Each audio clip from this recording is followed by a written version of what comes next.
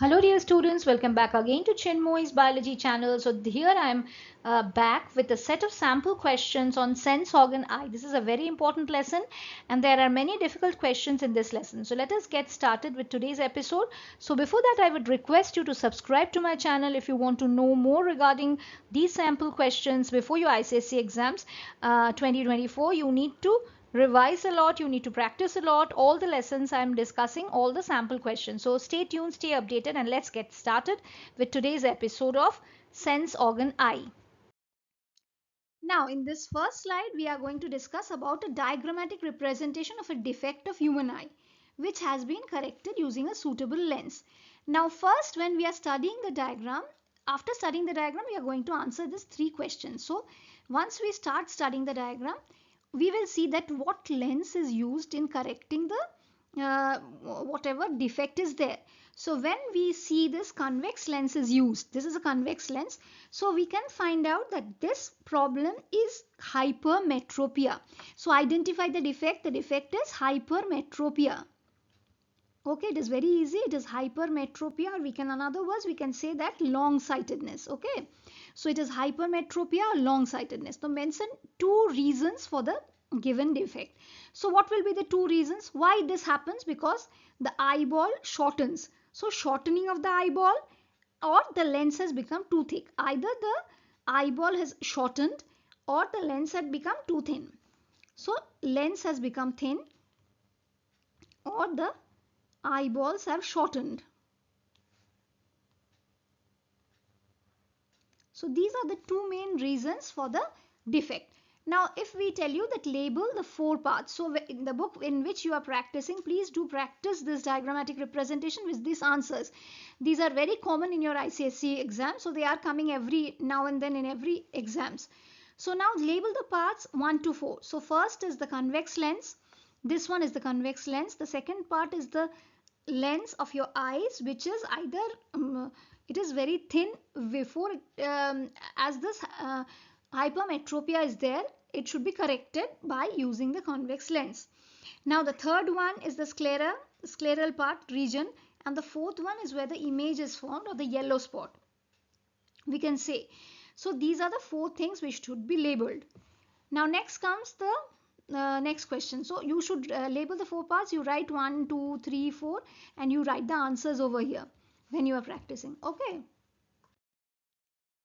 Now here the next question is similar to the previous one. Given below is a diagram depicting a human eye, defect of a human eye. Answer the questions that follow. Now you just see the diagram, observe it. So in the previous one, the image is formed behind the retina. In this one, the image is formed in front of the retina, because and the blurred image is formed. It is the light is focusing in front of the retina. Now what is the scientific term and how can it be corrected? So the scientific term of it is myopia. Previous one it was hypermetropia, this is myopia. We all know that. Just a quick revision, it is also called short-sightedness. Okay, mention one possible reason. Any one reason is either the eyeball is elongated, either the eyeball will be elongated, or what will happen, the lens will become thick. So in hypermetropia the lens becomes thin, and in this the lens becomes thick. Okay, now what type of lens can be used to correct this defect? Here we are using the concave lens. Previously hypermetropia convex lens, and here we are using the concave lens. Now in this question, see, this question is a bit different. They have not given the difference between hypermetropia and myopia. So give one difference between the following on the basis of what is given in the bracket. So the cause of the defect. So in the previous one only we have told if we are taking myopia here and hypermetropia here.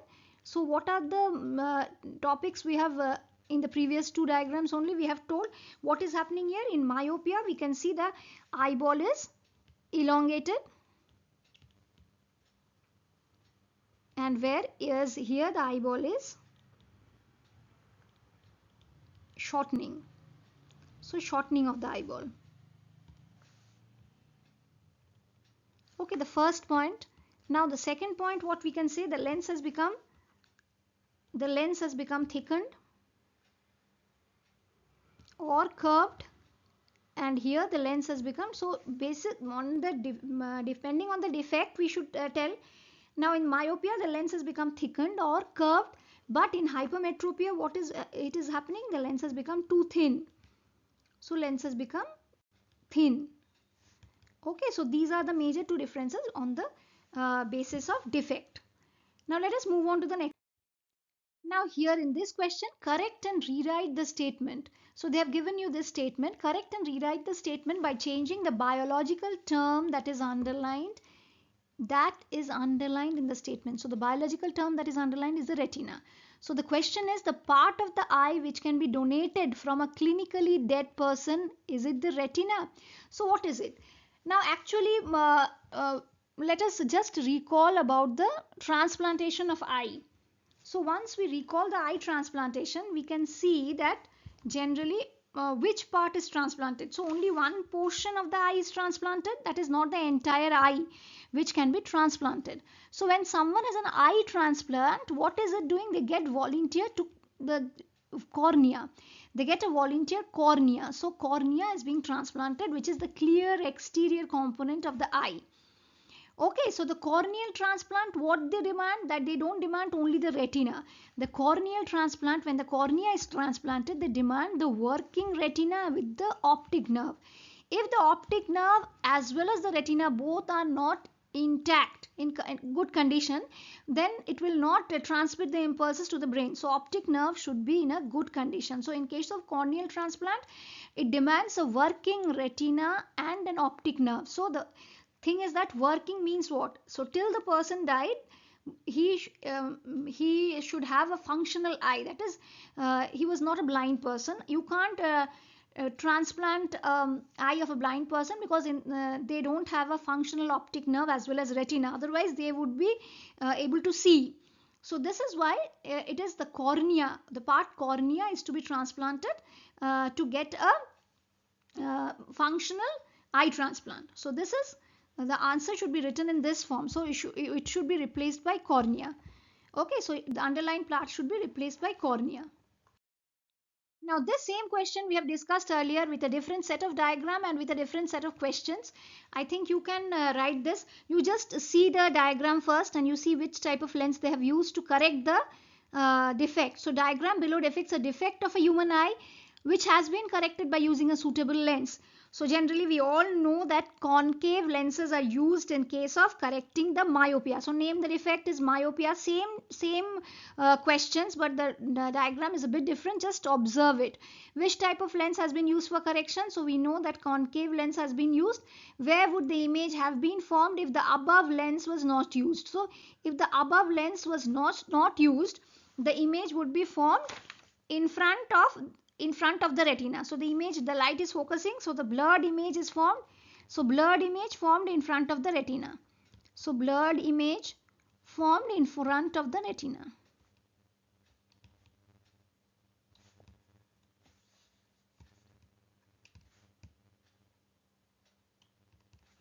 Is it clear? So this is same type of question I am discussing so that you should get the answer correct. Now here let us see, here the question is, what is the shape of the lens for near vision? Near vision means short-sightedness or myopia. So in myopia, it is near vision is myopia, right? So short-sightedness, where we are using the lens that is concave for correcting that. And here distant vision is the far-sightedness, or we can say that it is hypermetropia. So it is hypermetropia, and here we are using the convex lens for correction. So these two are the lenses. So why the blind spot is considered as an area of no vision? Why? We know that in blind spot, what is there? Blind spot, yellow spots is the correction, is the spot of where at the back of the eyeball where maximum light sensitive cells are there. But in the blind spot, why is it called the area of no vision? Because no light receptors are there.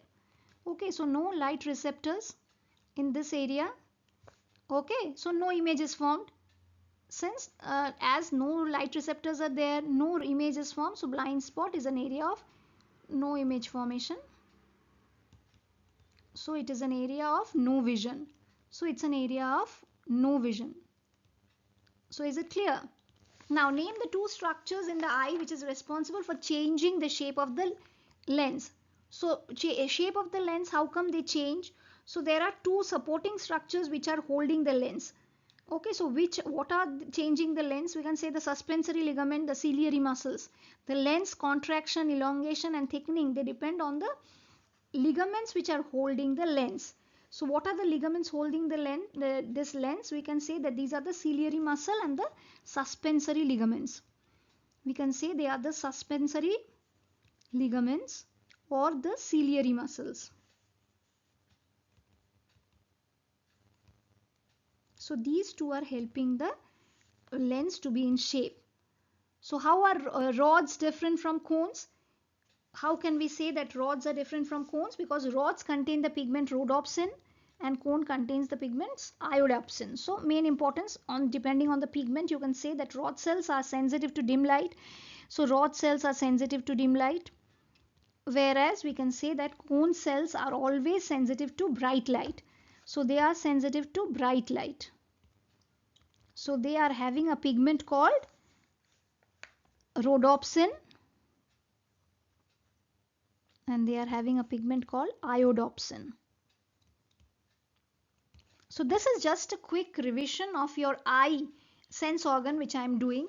I think you all will go through the lesson properly with a few questions which I have discussed. There are many more questions you need to go through it. So these are few important pattern of question which I am giving you. These are the sample questions. I think that it will be beneficial for you. Please do go through it and please do subscribe to my channel so that whatever updates I am putting per lesson, whatever I am revising, it will be benefit for you only to get good marks in your ICSE 2023.